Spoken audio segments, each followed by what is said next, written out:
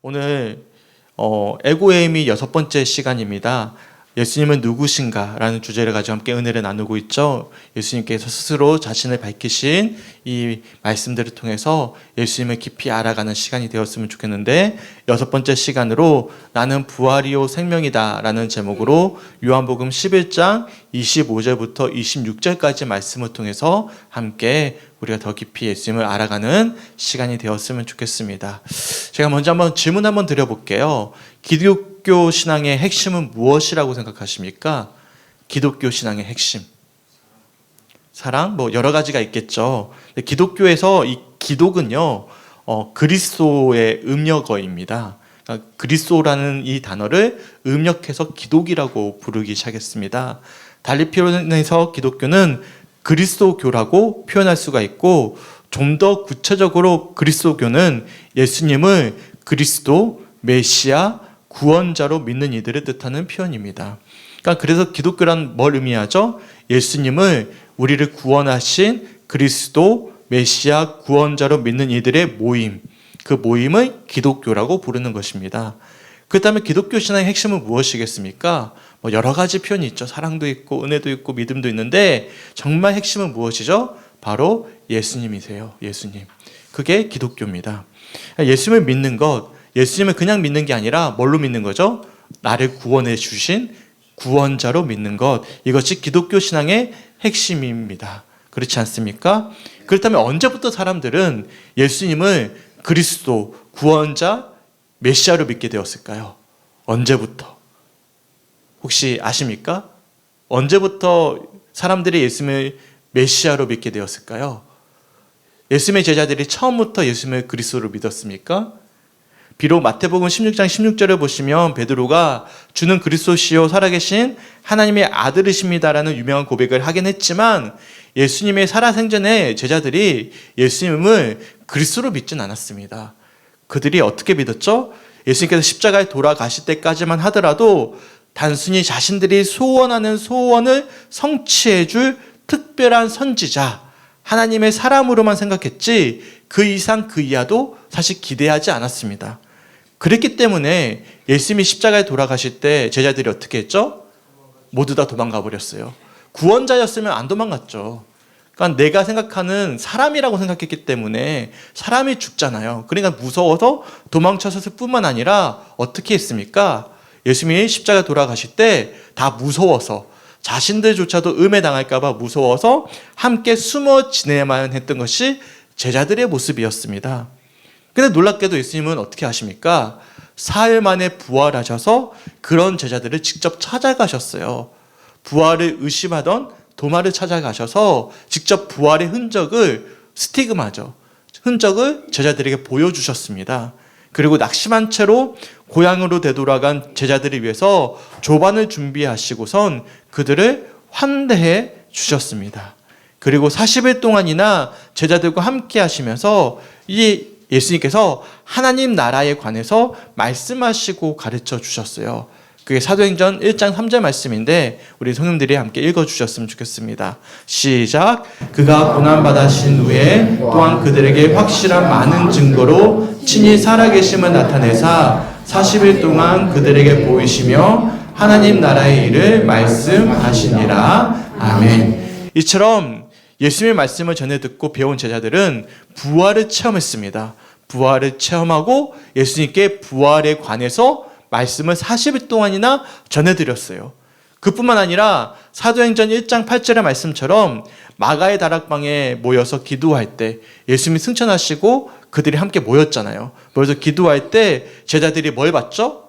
성령 하나님을 체험하게 됩니다. 그리고 부활의 참된 증인이 되었습니다. 그리고 예루살렘과 온 유대와 사마리아와 땅끝까지 이르러 복음의 산 증인으로 살아낼 수가 있었습니다. 그렇다면 다시금 처음 질문으로 돌아갈게요. 그러면 사람들은 언제부터 예수님을 그리스도로 믿게 되었습니까? 언제부터죠? 예수님의 부활을 경험한 직후부터입니다. 그러니까 부활을 경험한 직후부터 부활이 실제라는 사실을 진정으로 믿어질 수 있도록 날마다 말씀하시는 성령 하나님을 그들이 만나고부터 그리스도인이 된 것입니다. 이처럼 예수님의 부활 이후부터 기독교는 시작되어졌어요. 예수님의 생전에는 기독교가 없었어요. 사실상 예수님이 부활하시고 제자들이 성령을 받고 나서 이 부활이 진짜라는 사실이 믿어지고 나서부터 뭐가 시작된 거예요? 기독교가 시작이 되었음을 우리들이 알 수가 있는 것입니다. 그렇다면 결국엔 기독교 신앙의 핵심은 무엇이겠습니까? 뭐 여러 가지가 있겠죠. 예수님의 뭘 믿는 거죠? 부활을 믿는 것.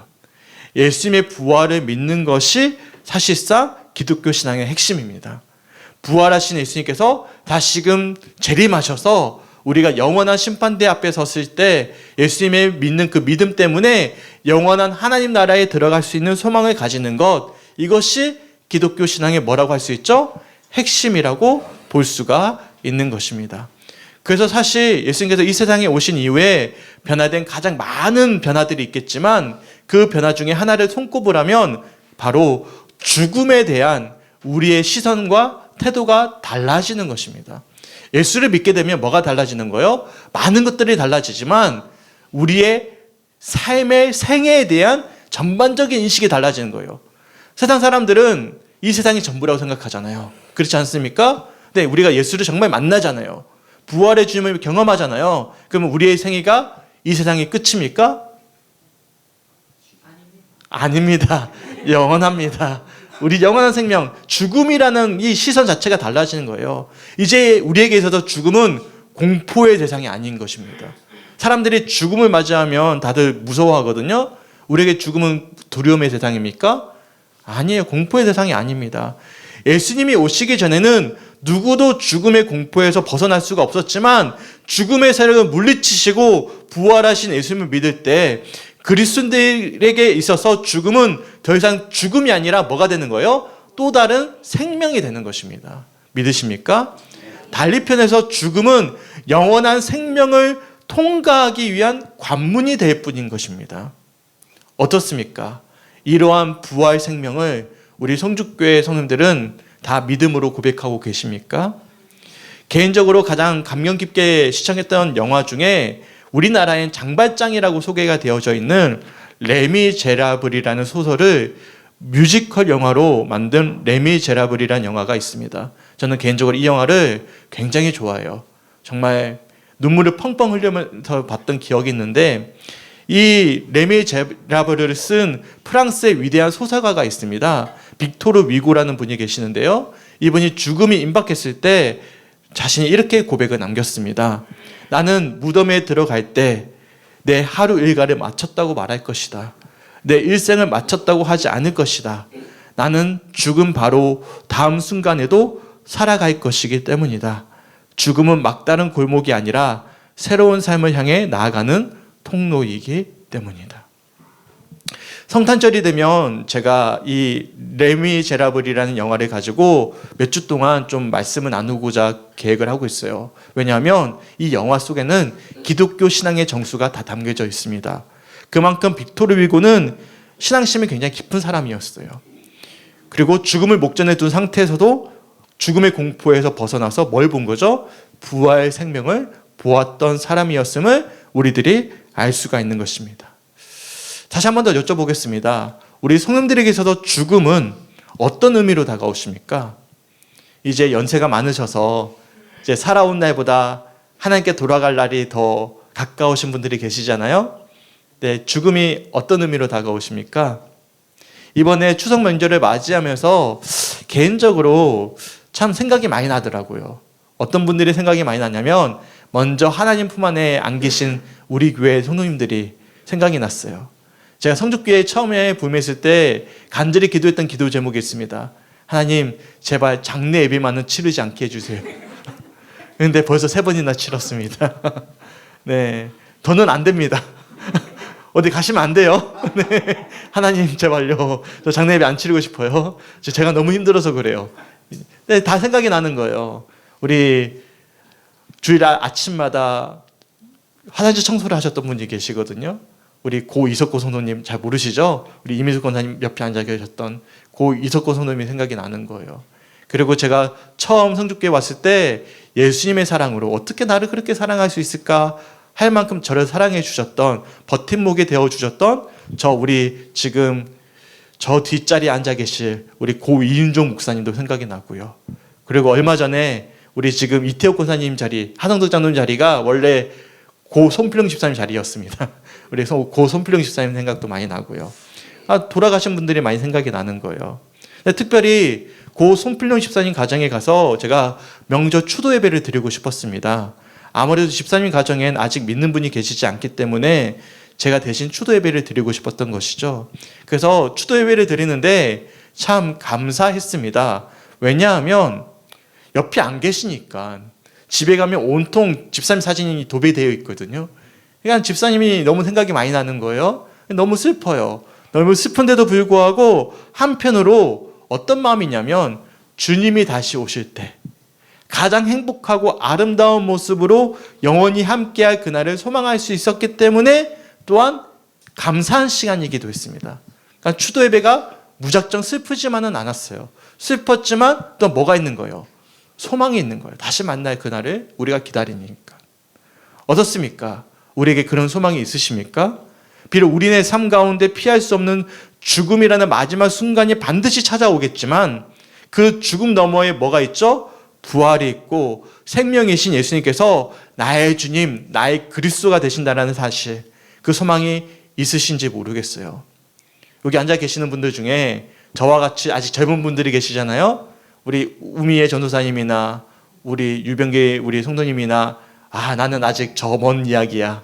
아닙니다. 최근에 우리 어머니도 함께 섬겼던 교회에 40대 중반이었던 우리 재창훈 권사님이 갑자기 돌아가셨거든요. 심정지로. 그러니까 언제 불려갈지 아무도 모르는 거예요. 이게 누구에게도 상관없는 이야기가 아닙니다. 누구에게 지금 당장에 직면해 있는 문제이죠. 죽음이라는 게 나에게 직면해 있는 문제입니다. 그렇기 때문에 오늘 이 시간 반드시 뭐가 고백되어져야 되는 거예요? 부활의 생명이 우리의 마음 가운데 고백되셔야 되는 것입니다. 그 믿음 달라고 소망하셔야 됩니다. 믿으십니까?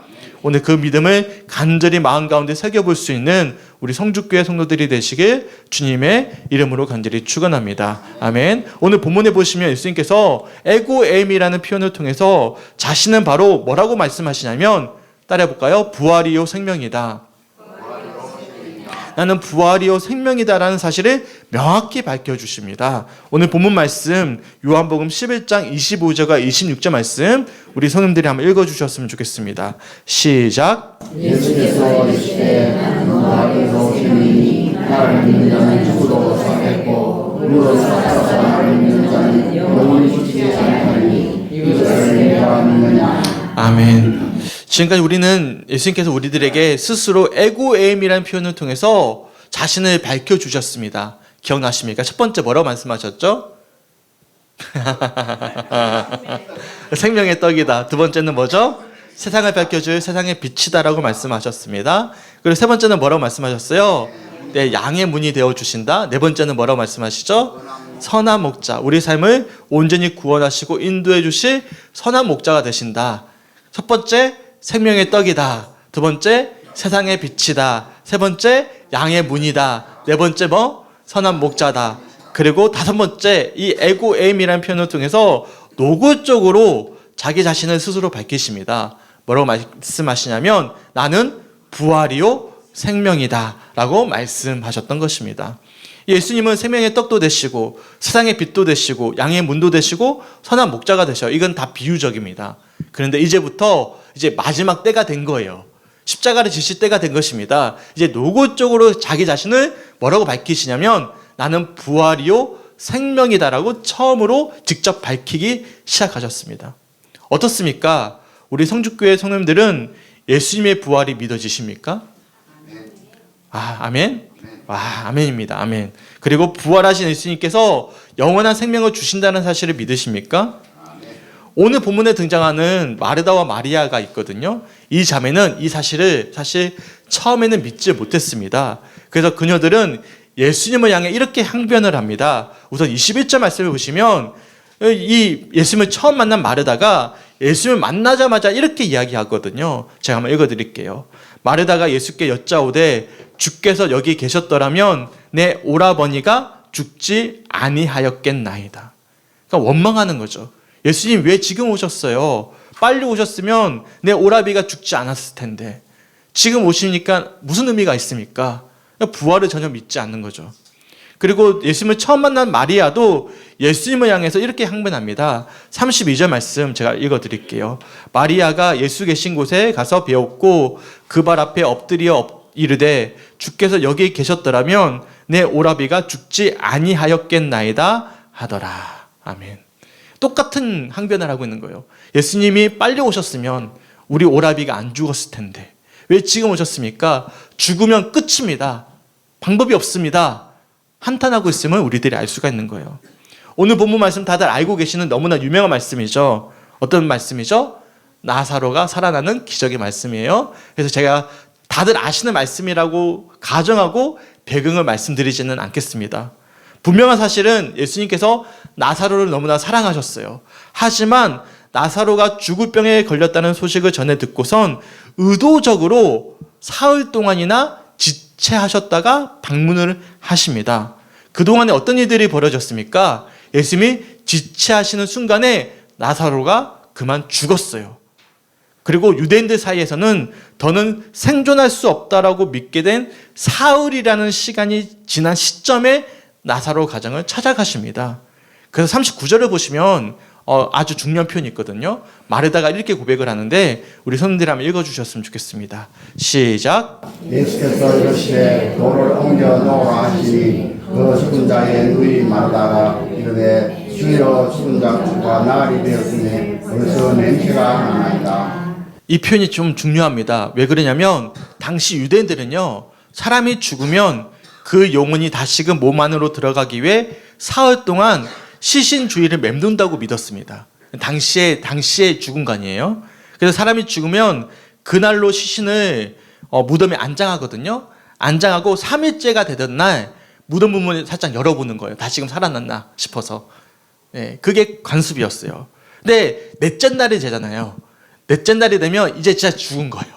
영혼이 아예 떠나가 버리고 이제부터 본격적으로 시신이 부패하기 시작한다라고 믿었습니다.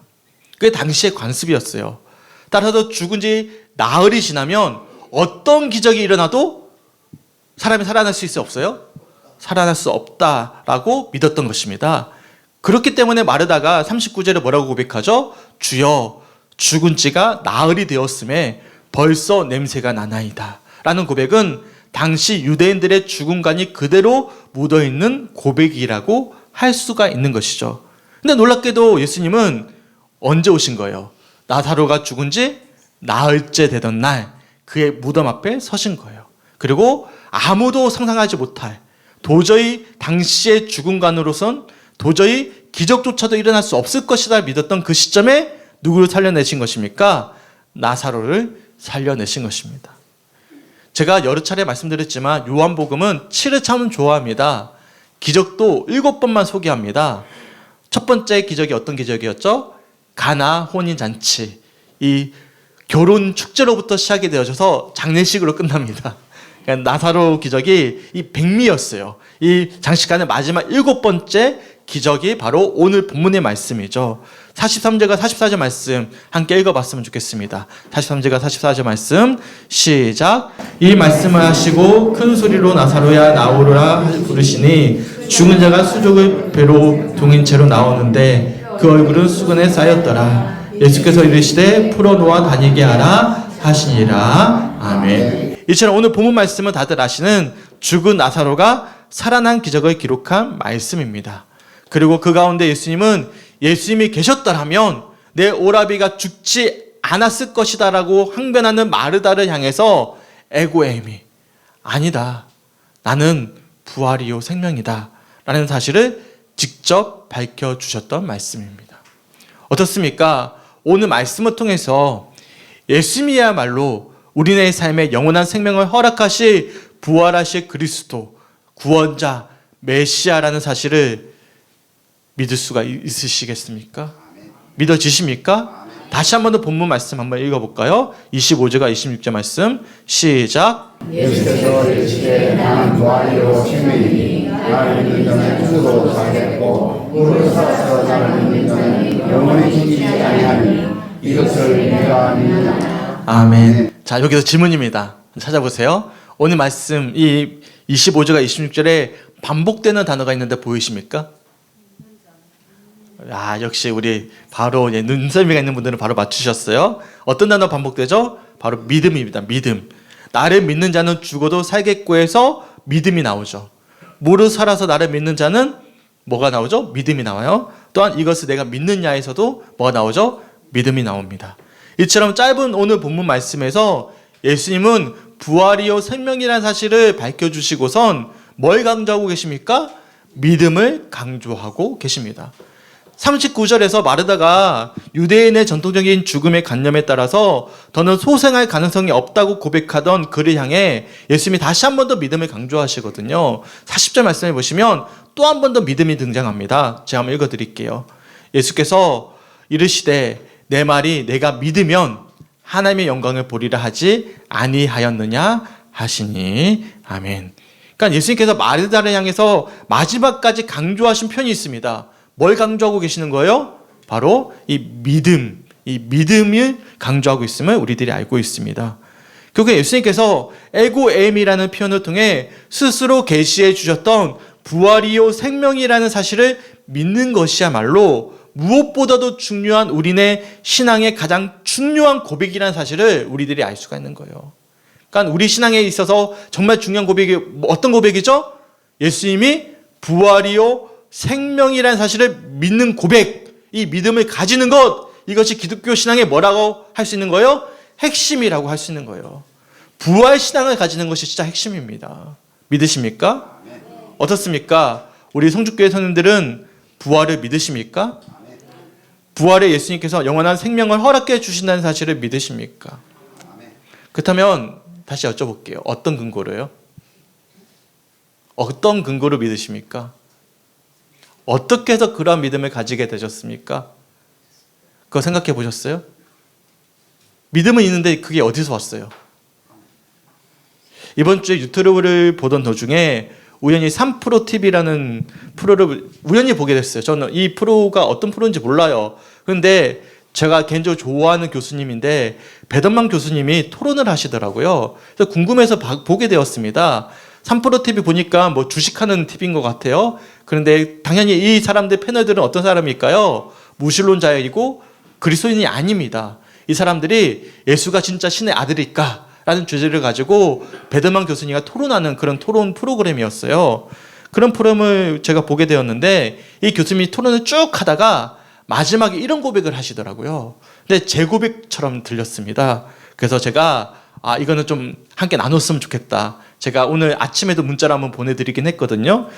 주보사에 보시면 함께 기도 있습니다. 함께 기도 사에 보시면 제가 이 교수님의 인터뷰 내용을 요약해서 넣어드렸거든요. 앞에 안 보이실 것 같아서 제가 넣어드렸습니다. 함께 기도 사이에 이 간지가 있습니다. 간지 있습니다, 장로님. 네, 간지 있으니까 보시고 제가 한번 읽어드릴게요. 잘 안 보시면 간지 보시면 됩니다. 제가 신학을 하면서 하나 알게 된 것은 무책임한 변명은 아닌데 종교와 철학의 경계선이라고 할 수 있는 지점이 철학은 논리적으로 설명이 되어야 되잖아요. 근데 종교는 합리적인 설명이나 납득보다 패러독스가 역설이 훨씬 많아요. A하고 B가 A이면 B가 아니어야 하는데 사실 우리의 삶이라는 게 A가 B가 같이 존재할 수밖에 없는 것들이 있거든요. N극과 S극이 같이 있을 수밖에 없는. 제가 고등학교 때는 세상에서 어떤 종교가 자기가 믿는 신도 이해를 못하고 믿는 종교가 있어 이건 넌센스야 라고 생각했었는데 내가 나중에 생각한 것은 내가 만약에 신을 정확하게 이해를 하면 내가 신 위에 있는 거예요. 내 인신론적인 능력으로 유한한 내가 무한을 포착하는 순간 내 안에 들어와 있는 무한은 다시 유한으로 환원되는 시기거든요. 그래서 신은 늘 우리 안에 포착은 되지만 원래 그 신 모습 그대로 포착될 수는 없다. 그렇기 때문에 신이다. 신이 내가 포착을 하면 신이 내 피조물이 되는 것이라고 생각합니다. 이처럼 말도 안 되는 역설과 모순을 알면서도 그렇게 설명했던 것이 인간의 경건이자 겸손이라고 생각했습니다. 명확한 논리적 설명보다 하나님에 대한 인간의 정직한 자기 고백이라고 생각합니다. 좀 말이 어렵죠? 근데 저는 다 이해가 되는 거예요. 너무 제 고백이에요. 어떻게 들려오십니까? 교수님께서 제 고백을 대신 하신 것처럼 여겨져서 참 감사했습니다. 정말 지금도 주님이 살아계시는 거예요. 그게 느껴지는 거예요.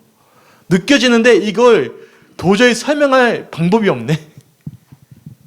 이걸 도저히 이해시킬 방법이 없는 거예요. 너무나 부활의 예수님이 분명히 느껴지는데도 불구하고 도저히 논리정연하게 설명할 수 없고 보여줄 수 없는 이 믿음이라는 신비를 정말 정직하게 고백한 학자로서의 겸손한 고백이라고 여겨져서 저는 개인적으로 참 감사했습니다. 초대 교부였던 터툴리안은 유명한 고백을 남겼습니다. 나는 불합리한 고로 믿는다. 신이 인간이 된 거예요. 믿어지십니까? 처녀가 아이를 낳았습니다. 믿어지십니까? 인간이 죽었다가 다시 부활신앙 등 믿음에는요, 이성적으로 이해할 수 없는 불합리함으로 가득합니다. 그렇지 않습니까? 하지만 뛰어났던 법학자였던 터툴리안은 바로 그런 불합리함 때문에 나는 믿는다라고 고백을 했습니다. 이성으로 추론이 가능한 하나님, 과학으로 증명이 가능한 하나님은 더 이상 뭐가 될 수가 없기 때문이죠? 신이 될 수 없기 때문입니다. 우리의 이성과 과학, 경험과 상상을 초월해 계신 하나님, 바로 그런 하나님이 시간과 공간의 한계 안으로 들어오셔서 지금 이 시간에 우리와 함께 하시고 우리에게 뭘 주고 계시는 거예요? 설명할 수는 없지만 지금 믿고 있잖아요. 뭘 주신 거예요? 믿음을 선물로 주신 것입니다. 믿음을 선물로 주신 거예요. 이 믿음은 내가 가진 게 아닙니다. 누가 주신 거죠? 주님이 주신 선물입니다. 우리를 불러주시고 택하여 주시고 믿음을 가지게 하시며 우리들의 믿음을 선물로 주신 것입니다. 믿으십니까? 그리고 오늘 이 시간 우리들에게 스스로 자신의 존재를 밝혀주고 계시는 거예요. 뭐라고 밝혀주시는 거예요? 25절과 26절 오늘 본문 말씀 다시 한 번 더 읽어봤으면 좋겠습니다. 시작. 예수께서 이르시되 나는 부활이요 생명이니 나를 믿는 자는 죽어도 살겠고 무릇 살아서 나를 믿는 자는 영원히 죽지 아니하리니 이것을 내가 믿느냐. 아멘. 어떻습니까? 예수님께서 생명의 떡이 되신다는 사실을 믿으십니까? 세상의 빛이 되신다는 사실을 믿으십니까? 우리는 양의 문이 되어주시고 선한 목자가 되신다는 사실을 믿으십니까? 그리고 또한 결정적으로 정말 중요한 고백입니다. 부활이요 생명이라는 사실을 믿으십니까? 그렇다면 그 믿음은 어디서 온 것입니까? 그 믿음은 어떻게 설명할 수 있고 증명할 수 있습니까? 이처럼 믿음은 따라해볼까요? 은혜이자 선물이다. 믿음은 은혜이자 선물입니다. 그래서 따라해볼까요? 축복입니다. 믿음은 축복이에요. 믿음은 축복이에요. 억만금을 줘도 살 수 없는 게 있습니다. 그게 뭘까요? 믿음이에요. 억만장자도요 살 수 없는 게 있어요. 믿음은 절대 돈 주고 못 삽니다. 믿음은 누가 주시는 거예요? 주님이 주시는 거예요. 믿음은 전적으로 하나님이 우리에게 허락하신 축복이자 은혜자 선물이기 때문에 돈으로도 못 가요 하나님 나라 이렇게 되는 거죠. 네, 갑자기 장로님 오늘 유동하시니까 갑자기 생각났습니다. 네, 돈으로 못 가요 하나님 나라 못 갑니다. 어떻습니까? 우리에게 이런 믿음이 있다는 사실에 얼마나 감사합니까? 믿음이 있기에 우리에게 죽어도 살 수가 있는 거예요. 믿음이 있기 때문에 무릇 살아서 예수를 믿는 자는 영원히 죽지 않는다는 말씀이 어디에 있든지 어떠한 상황에 부닥치든지 나의 말씀, 이것을 레마의 말씀에 부르거든요. 레마의 말씀으로 고백할 수가 있는 것입니다. 이번 추석에 정말 오랜만에 장모님과 처형 가족들과 함께 2박 3일간 시간을 보낼 수가 있었습니다. 하지만 안타깝게도 이 자리에 한 분이 안 계셨어요. 누굴까요? 먼저 돌아가신 우리 장인어른. 우리 먼저 돌아가신 장인어른만 안 계셨어요. 장인어른이 우리 아이들 정말 예뻐해 주셨거든요. 유일하게 안 계신 거예요. 근데 더 안타까운 사실이 있어요. 첫째 정훈이만 그나마 장인어른 기억이 있고요. 나머지는 거의 장인어른 기억이 없는 거예요. 특히나 마지막 주아는요. 장인어른이 돌아가신 후에 태어났어요. 장인어른도 주아를 본 적이 없어요. 얼마나 안타까워요. 그런데 주아가 한참 장이 이어지는 이야기를 막 나누고 있는데 이런 고백을 하는 거예요. 난 순홍 할아버지를 한 번도 못 봤지만 나중에 볼 수 있잖아. 하늘나라에 가면 볼 수 있잖아. 그래서 괜찮아. 감사한 거예요. 아직 어린 주아에게도 어떤 믿음이 담겨져 있는 거죠? 부활이요 생명이라고 말씀하신 예수님의 말씀과 믿음이 심겨 있다는 사실에 감사한 거죠. 누가 주신 거예요? 그 아이에게 믿음을 주님이 주신 거죠. 주님이 주신 거예요. 비록 지금 이 자리에 함께하지 못하지만 하나님의 시간에 다시 만나게 될 그날을 소망하면서 그리워하고 사랑할 수 있다는 사실. 이것은 믿는 자들에게만 주어지는 축복입니다. 믿으십니까? 사실 오늘 본문 말씀은 너무나도 유명한 말씀이기 때문에 제가 자세히 말씀드리지 않았어요. 배경은. 집에 가셔서 요한복음 11장 말씀을 쭉 한번 읽어보십시오. 그리고 그 가운데 뭘 보시냐면 부활이요 생명이신 예수님의 놀라운 은총을 마음 깊이 다시 한 번 더 새겨보셨으면 좋겠습니다. 이러한 믿음을 가질 수 있다는 것이 얼마나 큰 축복인지, 은혜인지를 다시 한 번 더 마음 깊이 새겨볼 수 있는 우리 성죽교회 성도들이 되시길 주님의 이름으로 간절히 축원합니다. 아멘. 마지막으로 찬송가, 오늘은 찬송가를 불렀으면 좋겠어요. 150장 우리 찬송가 부르시고 십자가의 사랑에 담겨져 있는 오늘 말씀 가운데 부활이요 생명이다라는 예수님의 자기 계시를 마음 깊이 새겨볼 수 있는 오늘 이 시간이 되시길 주님의 이름으로 간절히 축원합니다. 이 150장 찬양을 부르시면서 부활의 생명의 이 믿음을 간절히 소망하면서 간절히 간구할 수 있는 이 시간이 되시길 주님의 이름으로 간절히 축원합니다. 우리 함께 찬양하고 기도했으면 좋겠습니다.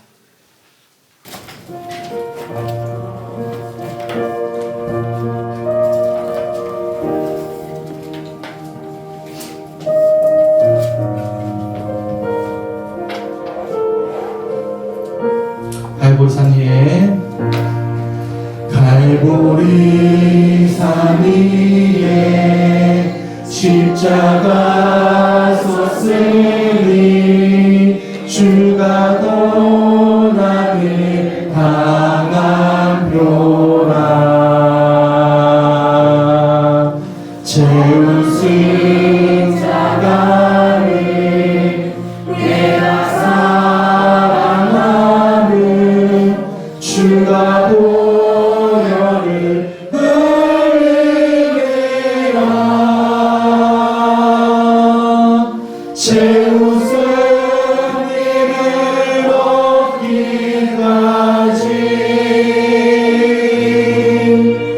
주의 십자가 사랑하리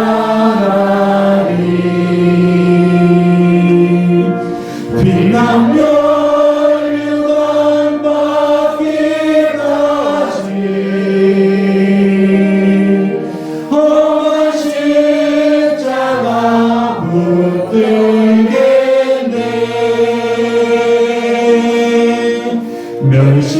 면식천대 받은 주의 십자가에 나의 마음이 끌리노다 귀한 어린 양이 세상 죄를 지고 귀한 어린 양이 세상 죄를 지고 험한 십자가 지셨도다 험한 십자가 지셨도다 부활의 주님을 소망하며 찬양합니다. 채우승리를 얻기까지 채우승리를 얻기까지 주의 십자가 사랑하리 빛나며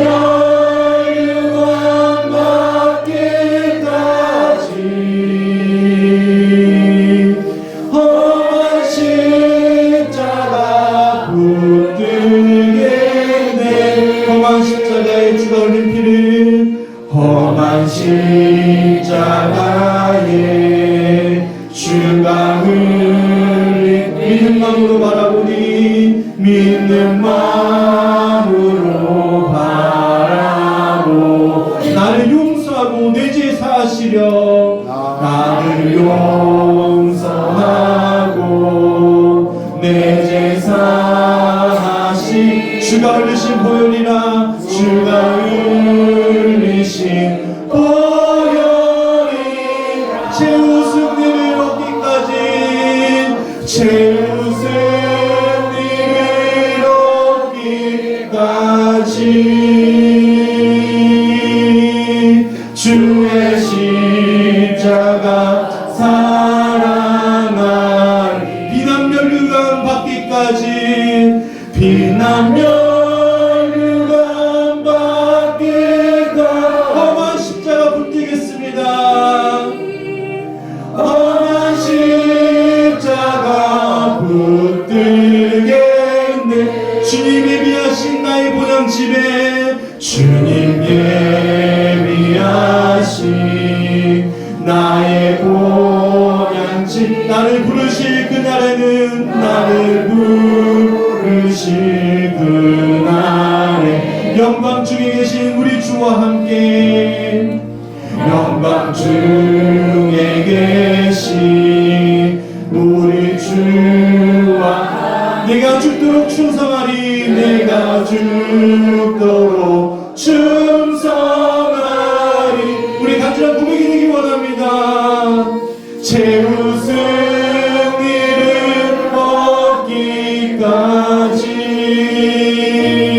얻기까지 주의 십자가 사랑하리 빛난 얼류관 얻기까지 빛난 멸류관 받기까지 험한 십자가 붙들 우리가 최후 승리를 얻기까지 최후 승리를 얻기까지 주의 십자가 사랑하리 주의 십자가 사랑하 빛난 멸류관 얻기까지 빛난 멸류관 받기 험한 십자가 붙들겠네 험한 십자가 붙들겠네 이 시간 기도했으면 좋겠습니다. 주님 우리에게 부활과 생명의 믿음을 주님 너무나 감사합니다. 영원히 부활이고 생명이신 예수님과 함께 살아가기 간절히 소망합니다. 부활의 생명을 가지고 살아가기 간절히 소망합니다. 죽음의 공포를 넘어서서 영원히 주님을 바라보게 하여 주시고 그 믿음을 가지고 영원한 나라를 이 땅에서도 살아낼 수 있도록 인도하여 주시옵소서. 믿음 주심에 감사합니다. 부활 생명 주심에 감사합니다. 이 시간 주여 새벽에 즐겁게 기도하겠습니다. 주여 주여 주여 아버지 너무나 감사합니다. 주님의 함께 하시고 붙잡아 주셔서 우리 사는 모든 영혼들의 마음 가운데 부활 생명을 주시면 너무나 감사합니다. 믿음을 주시면 너무나 감사합니다. 도저히 이성적으로 이해할 수 없는 아버지 그 믿음을 우리 마음 가운데 심겨주시면 너무나 감사합니다. 우리에게 부활의 생명이 있음을 고백합니다. 영혼이 죽어서도 아버지의 품 안에 안겨서 안식하며 그 하는 나라를 소망할 수 있도록 인도해 주시면 너무나 감사합니다.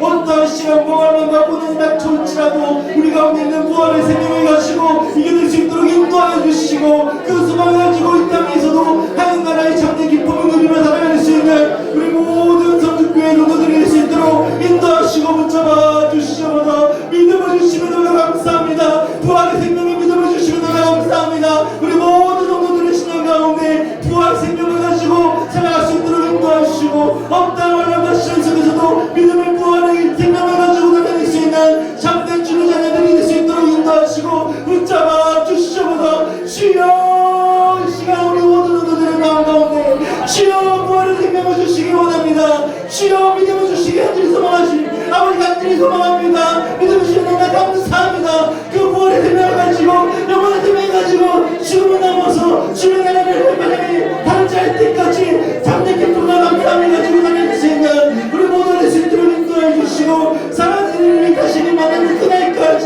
아버지 네게 주어진 사명을 열정을 열심히 나의 십자가에 붙들고 다닐 수 있는 우리 모두의 신들을 인도하시고 붙잡아 주시옵소서. 주 아버지 함께 주시옵소서. 인도해 주시옵소서.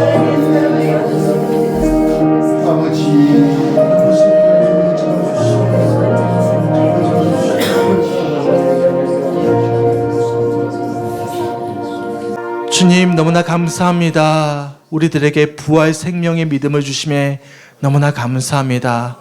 도저히 이해할 수 없고 설명할 수도 없지만 하나님, 우리에게 그 믿음이 있음에 얼마나 큰 축복인지요. 하나님, 우리에게는 부활 생명이 있기에 어떤 환난과 시련과 고난도 두렵지 않습니다. 심지어 죽음도 두렵지 않습니다. 영원한 생명이 우리들에게 이미 주어졌고 그 살아계신 예수님이 이 시간에도 우리와 함께하고 계시기에 그 믿음을 가지고 주님을 바라보기에 우리는 이겨낼 수 있습니다. 영원히 살아낼 수 있습니다. 주님을 바라보며 우리가 굳건히 살아갈 수 있습니다.